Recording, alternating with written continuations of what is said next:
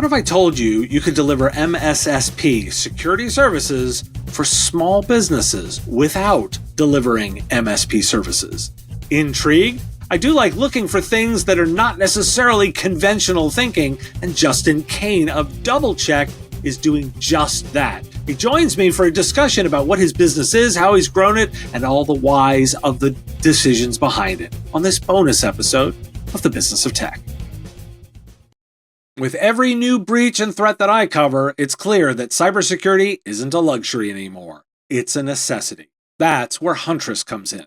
Their fully managed cybersecurity platform is built for every kind of business, not just the 1%. Huntress seamlessly integrates their products and threat hunting team. Their EDR, ITDR, SIM, and security awareness training solutions are purposely built for their elite 24/7 security operations center to stop threats before anyone else even spots them. This potent combination of purpose-built cybersecurity and threat hunting expertise is one of the many reasons why G2 users have voted Huntress the #1 rated EDR for growing businesses. To see what people-powered cybersecurity looks like, visit huntress.com/MSP Radio. Well, Justin, welcome to the show. Absolutely. It's great to be here, Dave. Now, to get things a little bit of baseline, you operate DoubleChecked, which I would describe as a managed security services provider focused on cybersecurity for SMBs. Can you tell me just a little bit about the core offerings of what you're doing? Yeah, absolutely. So we have a solution suite that we put together, really try to hit the heavy hitting items that our clients see. The primary methods that hackers are trying to get in to their businesses and affect their business. We are trying to put those solutions in place to make sure that they're protected and to make sure that we know that something is actually going on in their environments. Now, you're targeting specifically small and medium-sized businesses with the offering, right? Can you tell me a little bit about like customer size, business size, revenue? Like, kind of give us some sense of the size of the business. Yeah, absolutely. So we focus on 5 to 250 employees. We really find that sweet spot is in the 25 to 75 employee range. They typically aren't as advanced as the larger organizations. Maybe they have that IT person on staff, but doesn't have that cybersecurity knowledge. And so we really focus on that. Industries that are really important to us, legal industry is a huge one. They just hold so much information. Financial industry, anyone with compliance, medical industry, HIPAA, things like that are really good customers for us. And then, unfortunately, my terrible sales pitch is anyone that is in business today needs to be doing something for cybersecurity. You are a target. It doesn't matter. Now, I'm really curious because, conventional wisdom, which would also be my thinking on the process, is the smaller the organization, the more they're looking for a single integrated provider. Like the idea of an MSSP makes a ton of sense for me at a Fortune 1000 or even an upper mid-market firm. But as you get towards the smaller, it gets a lot blurrier, right? Because so you've talked about, yes, the sweet spots at say 25 to 75, but let's pick on a 25-person organization. Yeah. There's going to be an expectation that, they're also going to need problems with their printer and their workflow and the email. Talk to me about how you manage that, that tension there. How do you manage that? So it's a great question because what's really interesting is in today's world, that's not necessarily the case anymore. The employees are younger. Google is a great resource. Half the technology that you use today fixes itself anyways. So what we're really seeing is that need that the MSP market has provided for a very long time with the help desk, service desk, my printer's broken, my computer's broken. We're seeing a lot of the smaller companies are somewhat able to take care of that themselves. Maybe they have somebody on staff who's just a techie kind of person, maybe not filling that IT role, but they're good enough to help fix your Outlook or fix the printer. And so what's really interesting for us coming in is we're able to provide that top layer security service and security offerings and consulting where maybe they don't need the extra services that the MSP is offering. We also see a lot of where the smaller customers aren't able to afford the offerings from an MSP. Where a typical MSP is somewhere around $125 to $175 a seat or a use employee. We're coming in at the much, much lower end of that, somewhere between $15 and $30 a user. So we're able to help them at least do something from the cybersecurity aspect and really focus on getting some solutions in place, whereas they'd likely turn a blind eye and say, well, we can't afford that fully integrated solution. So that's kind of what we see is coming in now. Now, I'm super intrigued again, because if you think about the traditional thinking on this, like you have to have a certain level of, maturity within the business organization of the end customer in order for them to adopt that. And that the chaos of, a typical unmanaged environment would overwhelm a security offering. Talk to me a little bit.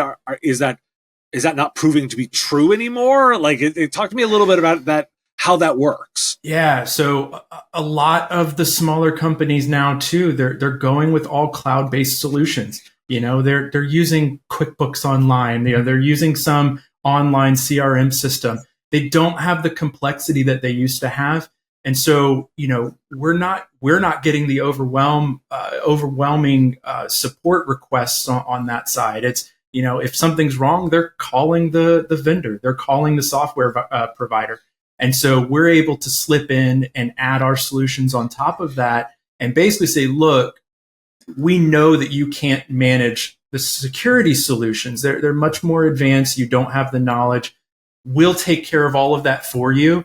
You guys handle everything else. You can pick up the phone and call QuickBooks, as terrible as that is, but you can, and you can handle all of that. We'll handle all of the security for you. And, if there is an in-between that they have an issue on, obviously there's some overlap. Office 365 management, Google Workspace management, things like that. We're obviously in those solutions on a frequent basis, and we can take care of a lot there. But, the user the normal day-to-day stuff and setting up new employees and things like that, most of our clients on the smaller end, they're able to handle that themselves. Are there disqualifiers for potential customers? Like, are there ones that just you can't take on? Yeah. Typically it's anyone that isn't already on Office 365, on Google Workspace. We can migrate them to those solutions. Obviously, the real disqualifiers for us, typically are just owners wanting to take responsibility and actually realizing that there is a problem, and taking the time required on their side. This is as much of a business conversation as it is as a technology conversation. And if they're not able to understand that, it's a tough sell, and it makes our life much harder. So we try to work that out up front.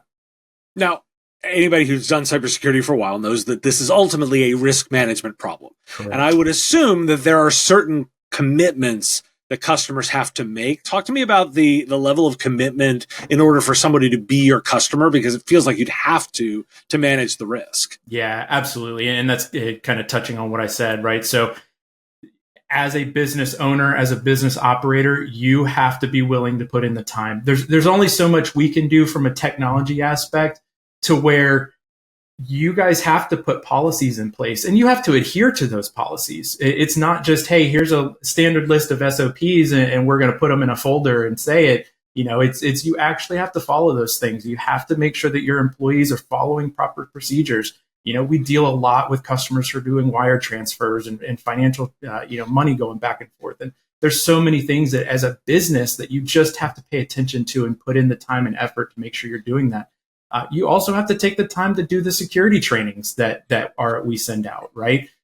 Most people don't want to do them, and everybody knows it's these, those little videos that you have to watch and the quizzes you have to take, but they are really, really important. We're trying to keep up and keep our customers knowledgeable about what's happening.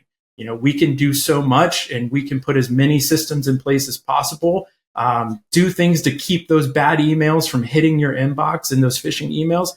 But at the end of the day, if you click on the links you shouldn't be, and you're not making sure that your staff are actually following proper procedures, there's only so much we can do. So, you have to take the time as an owner as an operator to say, okay, we really want to do this. We really want to take the time and make sure that we're secure. Now, I know you've been involved with MSPs before. Talk to me a little bit about the kind of the genesis of this. Like, you sort of must have said, hey, I've done MSPs. There must be, you chose not to do that anymore. Yeah. Tell me a little bit about the thinking behind the change in strategy. Yeah, I think that's a lot of, there was a massive gap that I saw, and I can't tell you as an MSP how many clients we turned away because they weren't willing to take that full MSP offering. And as an MSP, if you're not willing to take the full MSP offering and we can't see the full picture, I'm likely not going to offer you that cybersecurity side of things. It's just too much risk as the MSP. And so I really saw a gap where there were these smaller businesses or even larger businesses, especially that had in-house IT support already. There's a lot of misconceptions around MSPs coming in with existing IT and they're going to take over their jobs. And so it was always a kind of a tough sell. Now the co-managed IT thing is pretty popular, and that's coming around. But there was a gap in the market of people who were just doing nothing. They literally doing nothing. They have nothing in place. They don't have MFA turned on their email or any of their accounts. And so that's where DoubleChecked really was born, was let's fit that gap. Let's make sure that our clients, our customers are doing something. We can provide that consulting layer, and just say, look, you need to be doing these things. We can put solutions in place that are really inexpensive, but also really powerful. And take care of a lot of the requirements that our customers typically see. Are our customers enterprise level and have, in-house cybersecurity experts and thousands of employees? No. Do some of our customers even need a 24/7 SOC? No. But most MSPs are going to require that SOC. Most other software vendor providers are forcing that SOC layer in there, where the 5 employees, the 10 employees, they just can't afford that, and do they necessarily need it? Yes, I think everybody, but at least if you can do something and put something in place to really protect you is really where we were born. We just want to help put some brick walls in place to where the 99% that are random attacks, someone's going to hit a brick wall and move on to the next person that doesn't have that brick wall in place, which, to the risk management, that's the name of the game today. Now, I'm curious about the lower bound here, because it feels like, because you've got a pretty well-defined offering that is security only, yep. That you could go down to even a micro business, but you've clearly got a line there of 5. Talk to me about the decision, what went into that and what's driving that. For us, the line really is, we have to put as much effort into one person that we do for 5, 10, 15, 20. And there's so much that we do up front, from security assessments, making sure that their environments are secure, looking at whatever software that they're providing or that they're utilizing. Is it simple as, if they're using QuickBooks, do they have MFA turned on for their QuickBooks account? There's a lot of energy and effort that goes in up front. And so honestly, for us, it's just a financial decision to say, we have there's too much labor involved to really support the very smaller, and the solopreneur, if you will. Gotcha. Okay, that makes sense. Now, that also leads then to my next question: is it feels like you have the typical lean of an MSP, in that the more you automate, the better this business is, but you've still got a lot of labor. Talk to me a little bit about the balance between what you're able to do with automation versus what you need humans for. 100%. And that is absolutely how we have built this solution. We wanted to build as much automation as possible. We use a lot of AI in our solutions to really take care of those day-to-day mundane tasks. We simply couldn't afford, from a labor aspect, to not do that. And so, our AI solutions look at every single email that come in and out, handles a lot of things for us there. We have a ton of automation around security for something as small as Office 365. Like, if we see an account that's getting hammered, trying to get, password sprayed or whatever it is, our system will automatically lock out the target account so that we have time to log in and remediate before something actually happens. So we have automation built all the way through the platform so that those things that would typically take human touch to intervene and remediate, it's being taken care of. We're focusing on the higher level, activities and that initial consulting and assessment, and really that consulting layer with the business owners, in our POCs to make sure we're having the conversations that need to be had where the system is doing what it's supposed to do. Gotcha. Well, Justin Kane is the founder and CEO of DoubleChecked, a cybersecurity firm dedicated to simplifying complex security challenges for small and medium-sized businesses. With over 15 years of experience in IT and entrepreneurship, he's got a deep understanding of the technology needs of the SMBs. Justin, this has been fascinating. If people are interested in learning more about your solution, how can they reach out? Yeah, easiest is doublechecked.com. All of our contact information is there. You can always email us at info@doublechecked.com. Or give us a call. We're available. This has been great. Thanks for joining me. No, thanks, Dave. I appreciate it. The Business of Tech is written and produced by me, Dave Sobel, under ethics guidelines posted at businessof.tech. If you've enjoyed the show, make sure you've subscribed or followed on your favorite platform. It's free and helps directly. Give us a review, too. If you want to support the show, visit patreon.com/MSP Radio and you'll get access to content early. Or buy our Why Do We Care merch at businessof.tech. Have a question you want answered? We take listener questions, send them in, ideally as a voice memo or video to question@mspradio.com.